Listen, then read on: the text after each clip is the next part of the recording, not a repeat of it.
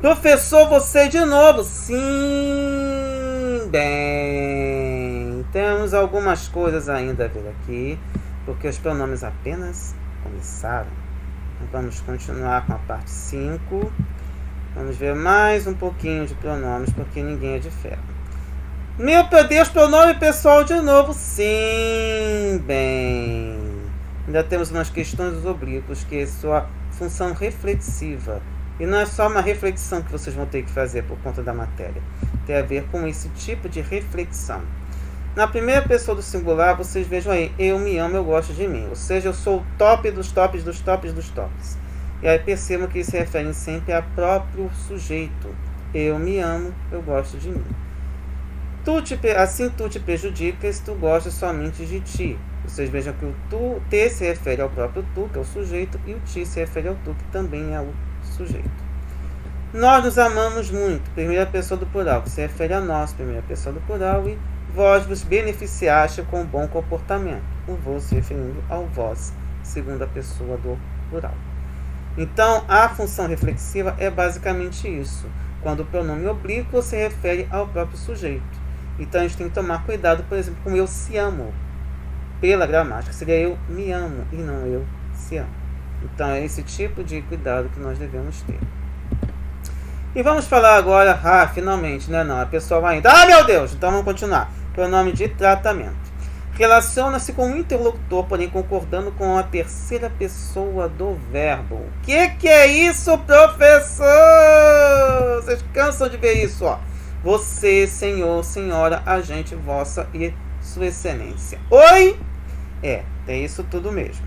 E no plural, vocês, senhores, senhoras, senhoritas, vossas ou suas excelências.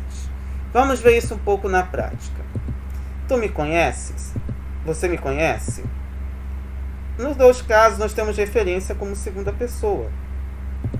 Só que o tu tem um tipo de concordância e você também tem um tipo de concordância diferente. Tu me conheces e você me conhece. O tu conhece se concorda com tu, segunda pessoa gramatical, e o se conhece de você com a terceira pessoa gramatical. A diferença é que, no caso, o tu é um pronome reto e você é um pronome de tratamento. Vamos ver outro caso. Vós mereceis respeito. As senhoras merecem respeito. Mesmo que nós tenhamos como referência a segunda pessoa, vós segunda pessoa gramatical e as senhoras terceira pessoa gramatical. Daí vós mereceis, as senhoras merecem. Certo? Temos aí a concordância, o eis com vós e o em com as senhoras. E daí novamente pronome reto, vós, e as senhoras, pronome de tratamento. Tranquilo? Nós estamos em aula. A gente está em aula. A referência é sempre a primeira pessoa, apesar de estar no plural. A diferença aqui está entre nós estamos e a gente está. Percebam que nós é a primeira pessoa gramatical do plural e a gente está, por uma questão de tradição da língua, está concordando com a terceira pessoa do singular. Mas basicamente temos o reto, nós, e a gente, um pronome de tratamento. Por fim, já que entendemos bem o que é pronome de tratamento, vamos pensar agora em uma coisa um pouco mais top, ou seja, mais elevada em termos de classe social, que é quando nós usamos para autoridades o vossa excelência. Quando você se dirige para a pessoa, vossa excelência está bem, e quando você fala dela, sua excelência se recolheu. Vocês vejam que os dois estão sendo usados aí. Percebam? Sempre a concordância com a terceira pessoa. Está e recolheu. A diferença está no vossa e no sua.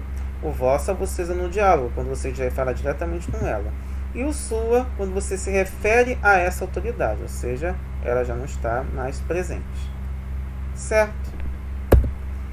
Vamos agora mudar. Finalmente, professor. Tá.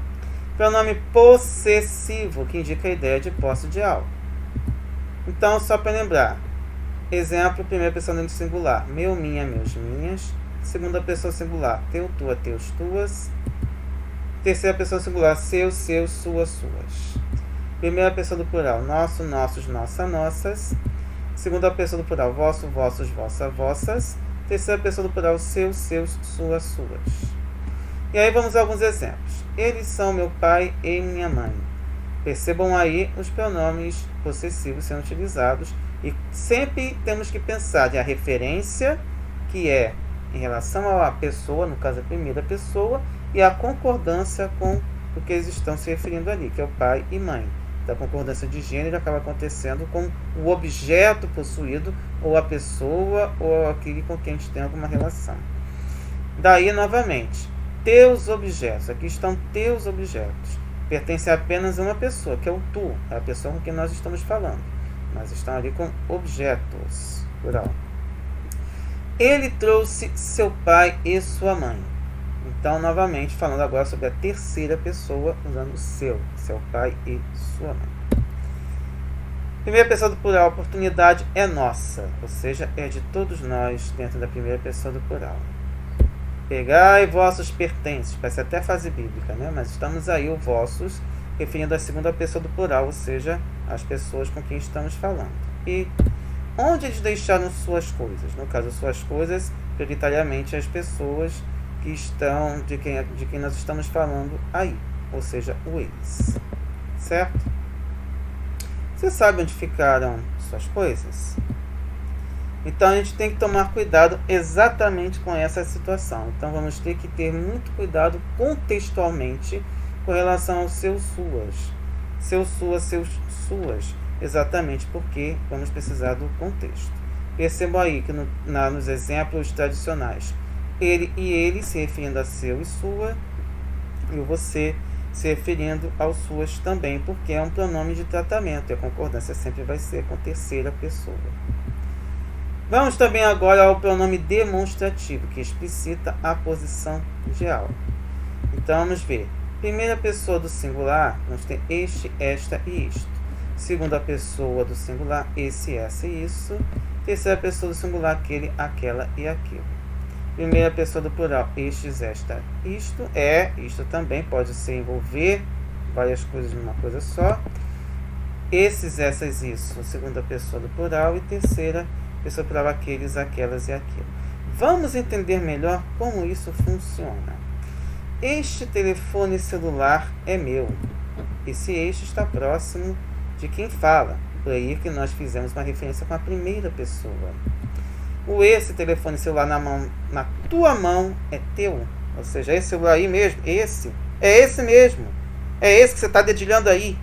Exatamente. Esse celular é a pessoa com quem se fala. Ou seja, se ele está na mão de quem eu estou falando, se eu estou falando e está na sua mão e você está me escutando, é a pessoa com quem eu falo. Então você é a segunda pessoa em relação a mim.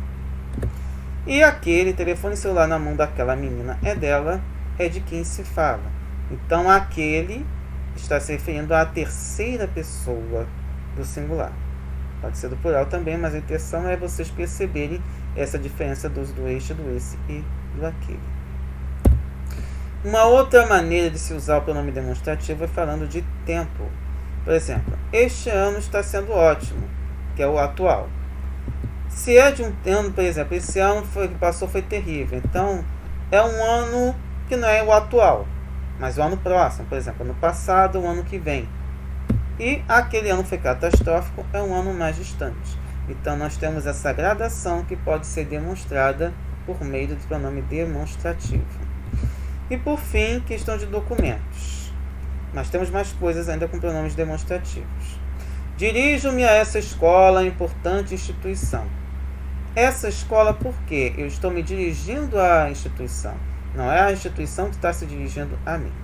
Por outro lado, esta escola oferece a seguinte modalidade de ensino. É a própria instituição que está colocando para a comunidade as suas funções, os seus serviços. Dentro do texto, ainda temos o seguinte. O problema é este. Falta de amor. O que nós temos aí de diferença? Falta de amor. Esse era o problema. Nós temos aí duas maneiras de passar a informação. A referência vai ser falta de amor de qualquer maneira. O este tem como referência falta de amor e esse também. Só que o que acontece? Eu uso o este para me referir ao que vem depois e o esse ao que veio antes. E, no geral, é como se trabalha com esses dois. Mas tem mais coisa de texto. Por exemplo, fulano e Beltrano são amigos. Este mora em água quente, aquele mora em volta do peão. Este e aquele são os nossos pronomes demonstrativos. E o este se oferece a Beltrano, que está mais próximo, e aquele, que afinal foi o que apareceu por último, e aquele se refere a fulano, porque se refere ao que apareceu primeiro. Então, aquele se refere ao que apareceu mais distante, ou seja, por isso que apareceu primeiro, e o este se refere ao que apareceu mais próximo. Lembre sempre que o este dá a ideia de proximidade e aquele dá a ideia de distância. Temos uns casos especiais. Por exemplo, não ouvi o que você disse, essa rua é a que indiquei. Esse é o mesmo exercício que passei ontem, os próprios alunos resolveram a questão, não cometa semelhante erro, e tal era a resposta da atividade. Temos alguns pronomes demonstrativos não muito comuns que estavam naquela primeira tabela. Por exemplo, não ouvi o que você disse, essa rua é a que indiquei. O, a, os, as, que dá para você trocar por aquilo, substituir por aquilo, aquele. Então, nós estamos diante de pronomes demonstrativos. Por exemplo, não ouvi aquilo que você disse, essa é a rua, é aquela que indiquei. E é claro que eu vou substituir por o e por a. Então, esse o e esse a serão pronomes demonstrativos. Esse é o mesmo exercício que passei ontem. Mesmo, mesmas, mesmos e mesmas, pronomes demonstrativos também. Os próprios alunos resolveram a questão. Próprios, próprias, próprias, próprias. Nossos pronomes demonstrativos também. Não cometa semelhante erro. Semelhantes, semelhantes. Também serão pronomes demonstrativos. E, por fim, tal era a resposta da atividade. Esse tal e tais também serão pronomes demonstrativos. Certo? E é só para ficar mais claro, temos mais um caso aqui. A atividade será um sucesso. Todos o pressentiam. Esse o é um pronome demonstrativo, mas ele não se refere exatamente da maneira como nós falávamos anteriormente. Ele é um pouco mais complexo. Porque nós podemos substituir por aquilo, mas aquilo o quê? Todos o pressentiam. Todos pressentiam aquilo o quê? Que a atividade será um sucesso. É como se eu dissesse que todos pressentiam que a atividade será um sucesso. Eu substituo esse que a atividade será um sucesso por o. Certo? O que é importante é a gente entender que esses pronomes sempre se referem a algo que não estão dizendo a eles mesmos. Sempre estão se referindo a qualquer outra coisa. E é claro, dentro dos contextos que nos foram permitidos trabalhar. Bom, vamos falar agora dos pronomes indefinidos. Indicam sentido vago ou quantidade indeterminada. Então, basicamente, eles são singular e plural de terceira pessoa do plural e do singular. Exemplos. Algo, no caso, terceira pessoa do singular. Algo, alguém, algum ou alguma, bastante, cada, certo ou certa, muito ou muita, nada, nenhum, nenhuma, ninguém, outro ou outra, pouco ou pouca, qualquer, quanto ou quanta, tanto ou tanta, todo ou toda, tudo, um ou uma, vário ou vária. Na terceira pessoa do plural temos alguns, algumas, bastantes, certos ou certas, demais, mais, menos, muitos, muitas, nenhuns, nenhumas, outrem, outros e outras, poucos e poucas, quaisquer, quantos e quantas, tantos e tantas, todos e todas, uns, umas, vários e várias. Certo? Mas, além disso, nós temos as locuções.